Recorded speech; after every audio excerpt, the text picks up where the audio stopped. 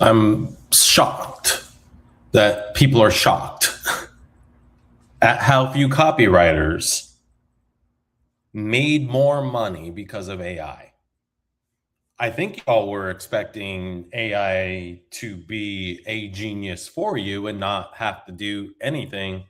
And that's just honestly one of the downsides of having a direct response. I want to get as much done as possible in the least amount of time mentality.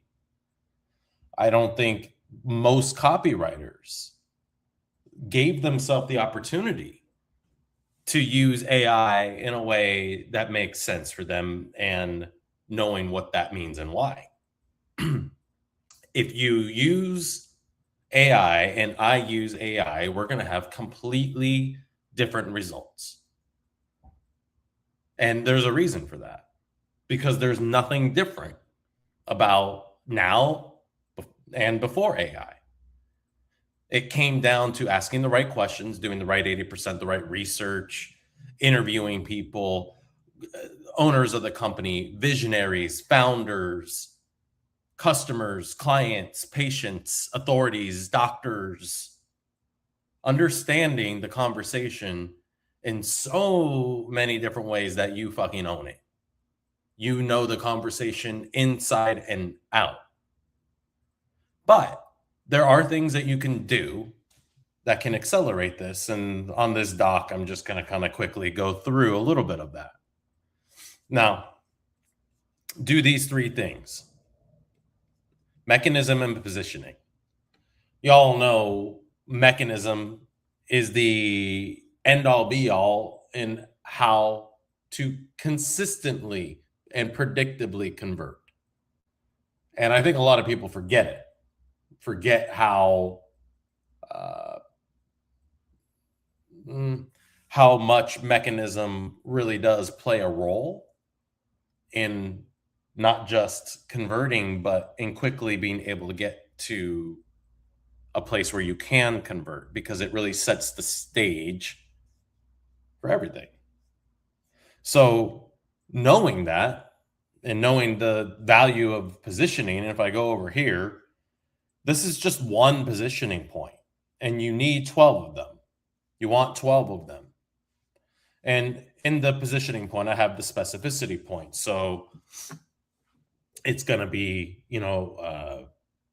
instead of, let's say, for instance, this no cast, just glow, instead of the plain beauty angle, or the anti-aging angle, or the fact that, you can show on this half of the face, the visual hook, this side with the typical sunscreen and this side with the no cast, how this one blends without any visible shit. But then if I add that I have autoimmune and I have to wear sunscreen every day, but sunscreen was actually causing inflammation, accelerated aging, right? So then I attach the specificity point to a deeper core.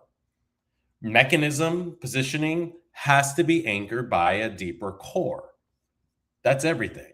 So what is that deeper core? What is that positioning? What is that specificity point? So in this case, I would say autoimmune, right? And then the different type of archetypes. Let's say I'm an entrepreneur. Who could maybe spell it, right? So there's one of the specificity points. Let's say I'm a mom. Just that archetype. Let's say I'm a mom going through menopause, right? Because the chemicals in sunscreen can actually cause further disruption in hormones. So you don't want to use sunscreen. And I'm including menopause in this autoimmune specificity point, even though this could be a specificity point, right? I'm just including that in here. Archetype number 4, older, collagen decline. So you're not making collagen and you need to protect yourselves from losing more collagen and at least giving you the option of building more collagen back. And I am sorry, I'm not sharing this screen, which I should be now. And so now we have, our autoimmune, we have different archetypes, right?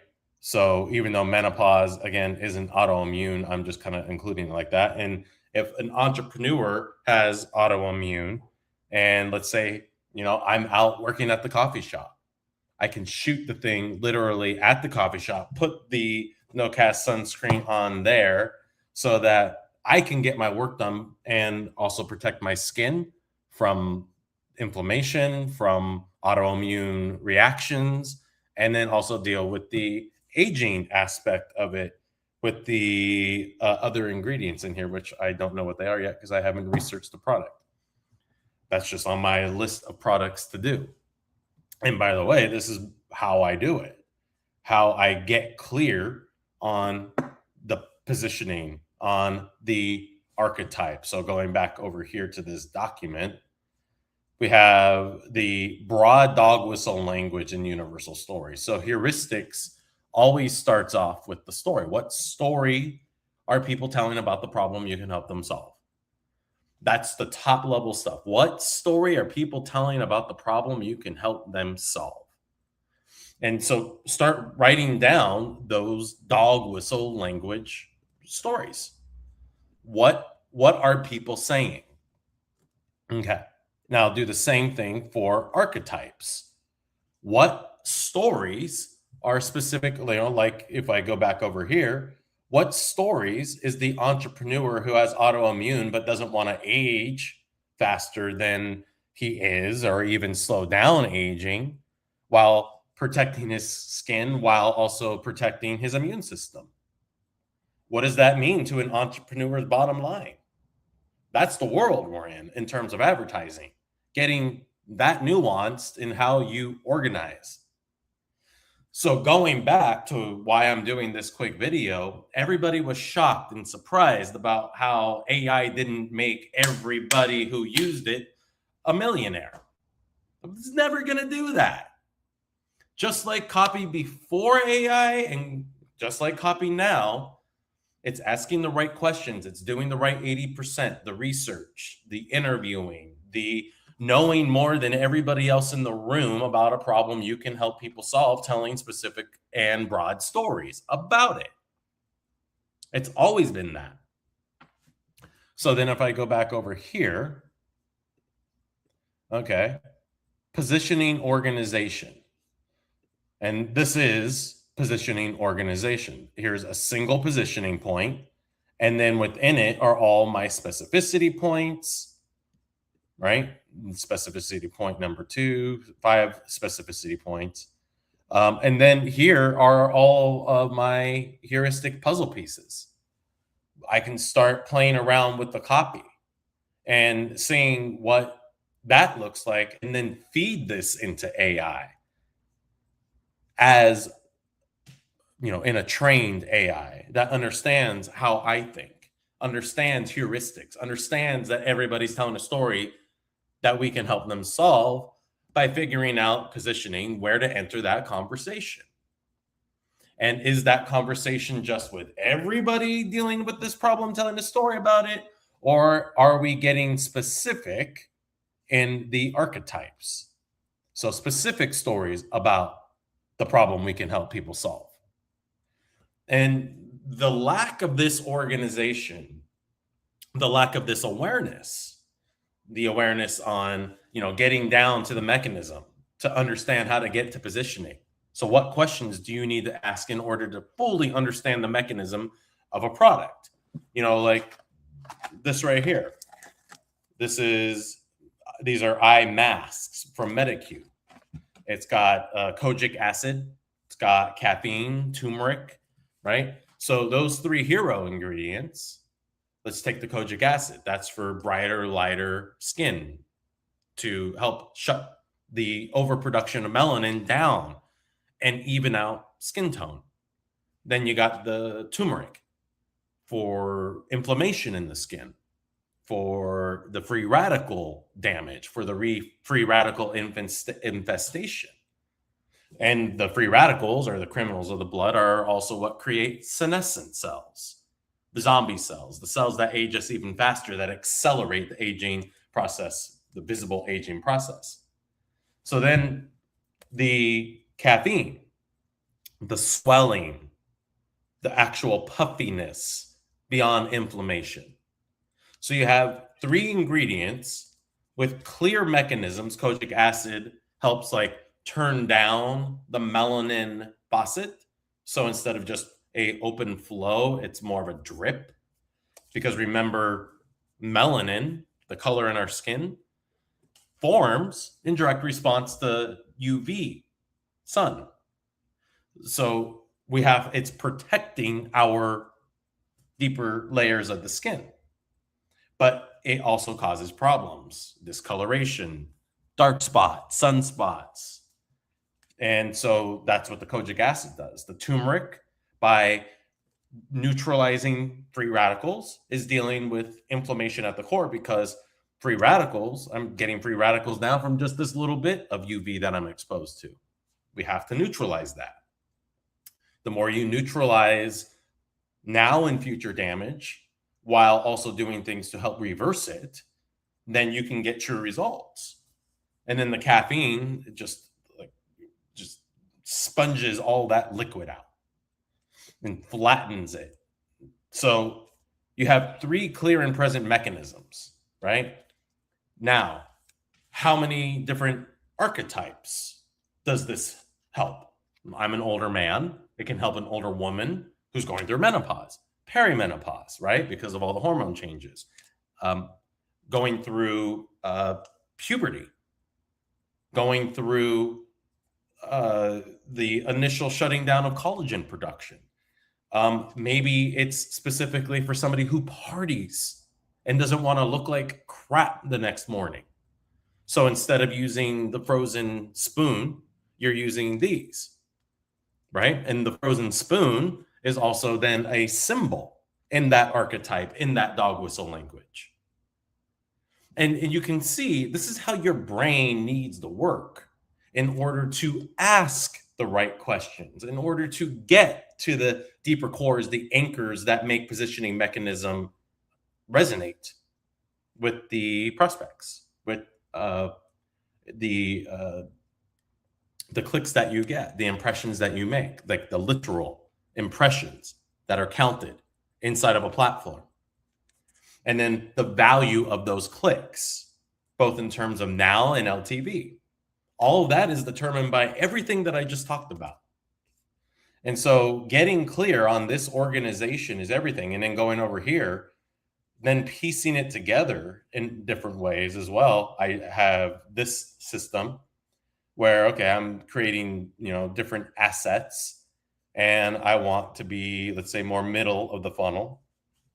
So now I'm including different awareness points into all of the work that I did in order to get here, so that I can apply that information in more specific ways, and then start getting my opening lines or my headlines and my meta copy, so that I can start seeing the user experience, the UX.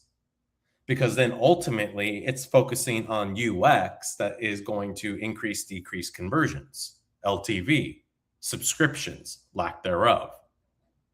So then I have total awareness and control over this creative universe that I've unveiled, revealed, pieced together. So then I can dump all this into Claude. All these are forms that, these aren't the links, but that generate the results that I then copy and paste directly into Claude. And that allows me to then start multiplying my brain in very specific ways. But I don't even need to touch Claude until I figure out what these mechanisms are. And I can use Claude to get that too. I can also just do, basic research on studies if it's for a supplement. Just, or had it go through all the studies and then verify that those studies are real, right? To make sure everything is in harmony, compliant, and legal. So it's the lack of understanding the things that I just talked about that has resulted in such underperformance for people using AI in the real world for meta ads, TikTok shop ads, videos, YouTube, PPC, Taboola, the Verizon network, native networks, ClickBank, all the different affiliate networks, and just affiliate copy, period, because affiliate copy is so much more than ClickBank. If you guys are still using ClickBank, just stop everything and never ever look at them again.